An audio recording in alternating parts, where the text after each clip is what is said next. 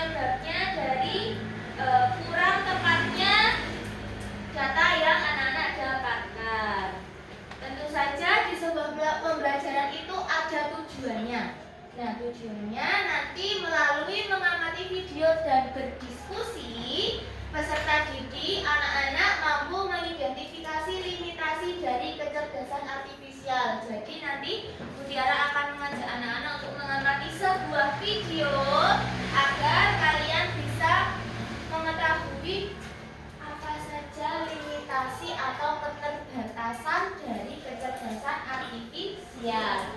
Selain itu nanti juga akan berdiskusi. Nanti Mutiara akan meminta anak-anak untuk melakukan sebuah diskusi kelompok. Sekarang kita lihat videonya terlebih dahulu. Perhatikan dengan bersama ya.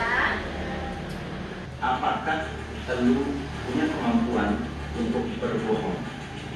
Pertanyaannya bagus banget, Josh. Sebagai AI, gue dirancang untuk memberikan informasi yang akurat dan jujur berdasarkan data yang tersedia. Jadi secara desain, gue nggak punya kemampuan untuk berbohong. Namun, penting untuk diingat bahwa informasi yang gue sampaikan tergantung pada datanya yang ada. Kalau datanya salah atau kurang, jawaban gue juga bisa kurang tepat. Dari video yang sudah kalian lihat, yang pertama, jika kita memberikan data yang tidak tepat pada AI, apa yang akan terjadi? Jawabannya kurang tepat. Jawabannya juga kurang tepat. Misalnya anak-anak mendapatkan PR dari Mutiara tentang matematika, tentang pecahan.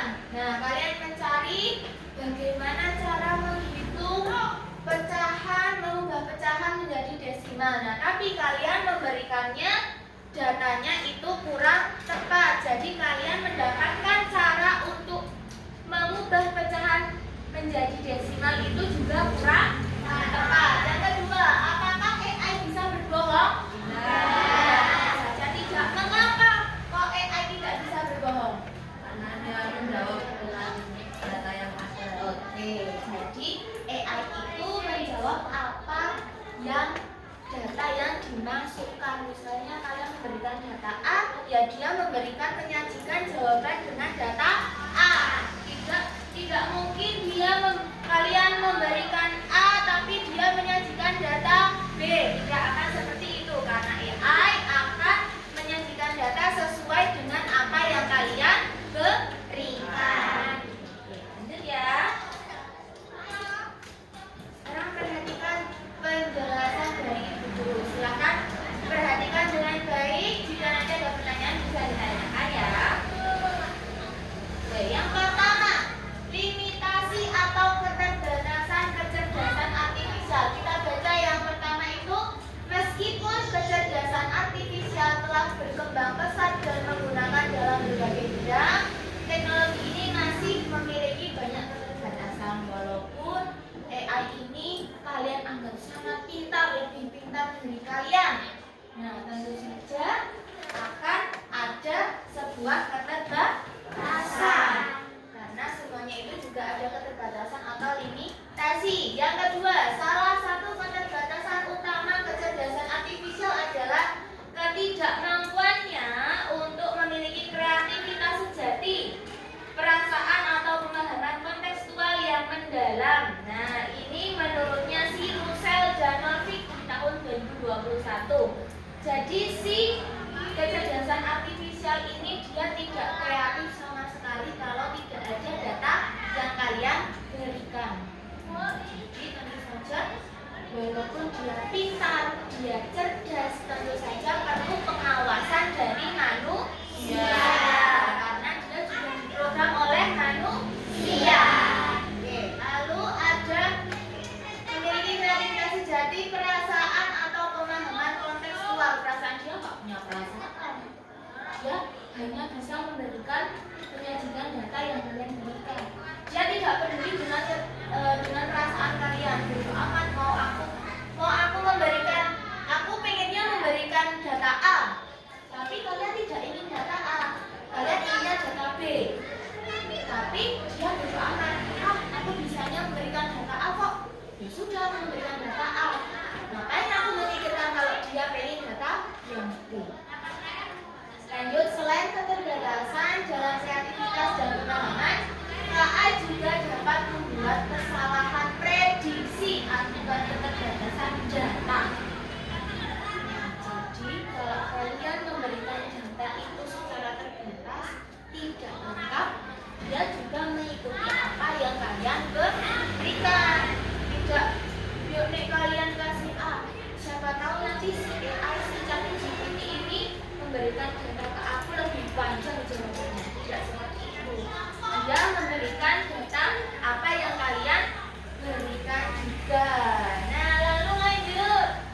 Sebuah studi dari Massachusetts Institute of Technology menunjukkan bahwa KA dalam sistem pengenalan wajah kadang sulit mengenali orang dengan warna kulit lebih gelap karena model yang digunakan lebih banyak dilatih dengan wajah orang berkulit terang. Kalian punya HP? Punya smartphone? Nah, selain untuk membuka layar kunci HP kalian itu kan ada kata sandi, ya kan? Ada juga sidik jari, ada juga namanya Face ID. Nah, Face ID ini itu terkadang juga digunakan oleh beberapa aplikasi. Nah, jadi dia memverifikasi data kalian melalui Face ID atau wajah kalian. Di luar negeri sana itu dia dilatihnya dengan orang-orang yang kulitnya putih seperti grey. Terus kalau kita masih terlihat lah.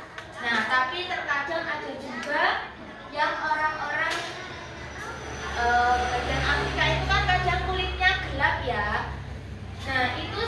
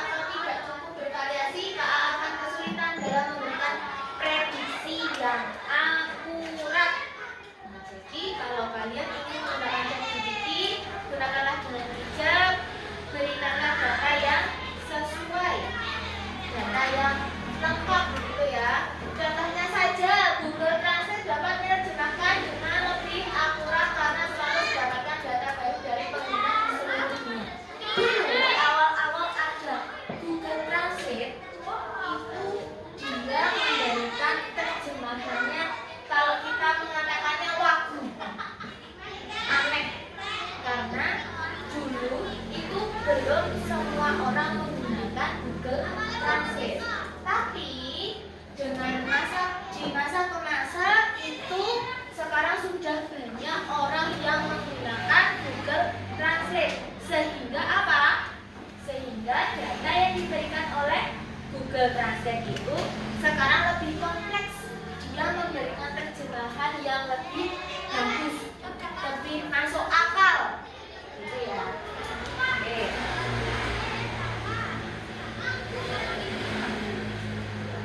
Nah, dari kesimpulannya yang sudah Mutiara berikan tadi, dari materi yang sudah Mutiara berikan tadi, kesimpulannya dari berbagai keterbatasan ini, maka dapat disimpulkan bahwa meskipun kecerdasan artifisial atau KA ini adalah alat yang sangat berguna, ia tetap memiliki banyak kekurangan.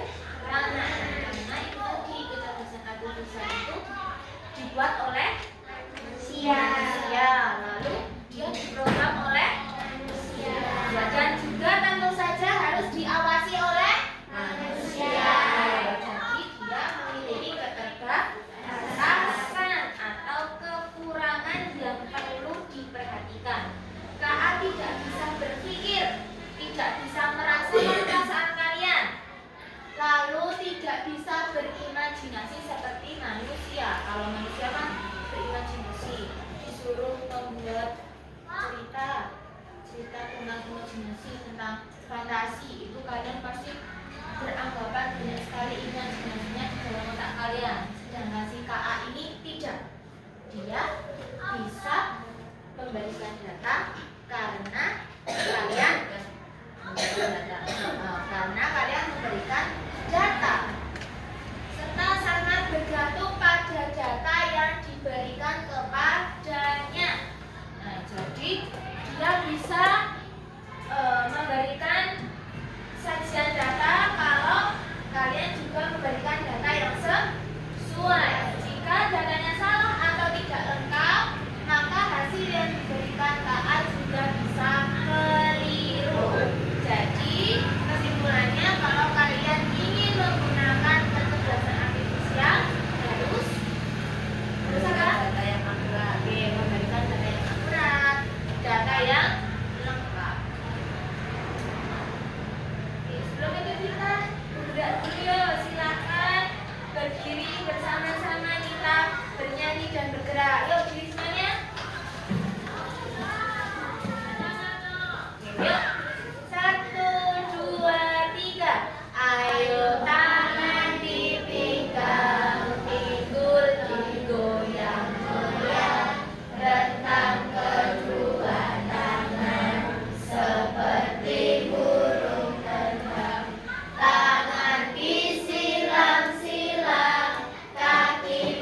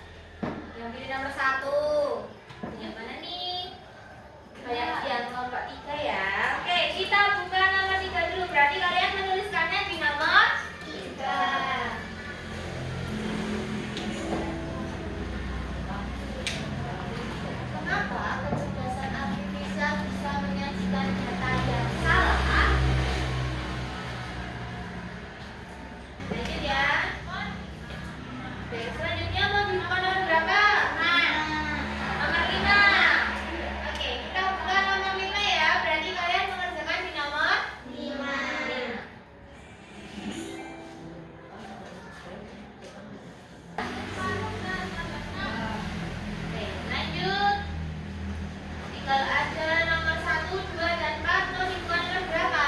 Satu. Oke, kita buka nomor 1. 2. Oke, kita buka yang nomor 2. 4. Kita buka ya.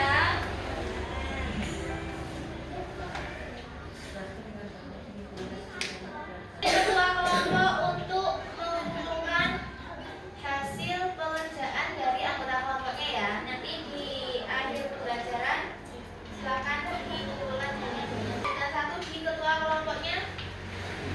Letakkan di tengah meja dulu. Hari ini kita sudah belajar apa saja? Kecerdasan artifisial. Artifisial itu ada keterbatasan. Nanti kita belajar tentang limitasi atau keterbatasan kecerdasan artifisial. Apa saja keterbatasan kecerdasan artifisial yang pernah kalian temui? Apa mas? Keterbatasannya apa? Kalau kalian memberikan data yang salah, maka data yang benar. Jadi kesimpulannya, jika kita ingin menggunakan kecerdasan artifisial atau AI, harus Memberikan data yang lengkap dan sesuai. Apa saja sih kecerdasan artifisial atau AI yang pernah kalian gunakan?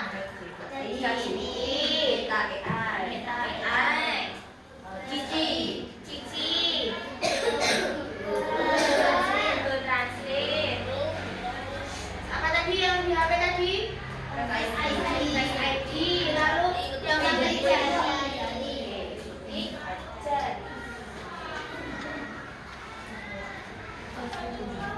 Bagaimana perasaan kalian hari ini setelah mengikuti pembelajarannya? Di sini ada senang, gembira, paham. Di sini apaan sih Bu Tiara menyampaikannya? Aku nggak paham. Yang terakhir mengantuk. Materinya bikin mengantuk. Bu, kira-kira yang mana? Ada yang 1. Ada yang 1. Oke, maksudnya ya hari ini semuanya bergembira, paham dengan materi yang Tiara berikan. Baik, untuk selanjutnya untuk tugasnya ini Tiara minta anak-anak untuk membuat sebuah poster tentang keterbatasan kecerdasan artifisial menggunakan Canva. Anak-anak pernah kan menggunakan Canva kemarin? Sudah punya akun sendiri-sendiri kan? Sudah. Nah, tapi untuk tugasnya ini silahkan kalian buat secara berkelompok. Secara berkelompok ya, kalian mengerjakannya ya. Tidak perlu. Ya. Itu akan kita buat. Kalian di rumah membuat desainnya terlebih dahulu. Besok minggu depan kita akan buat posternya di sekolah karena Chromebooknya itu ada di sekolah. Kalian bawa ke sekolah. Baik. Karena sebentar lagi akan istirahat, kita akhiri pembelajaran pada pagi hari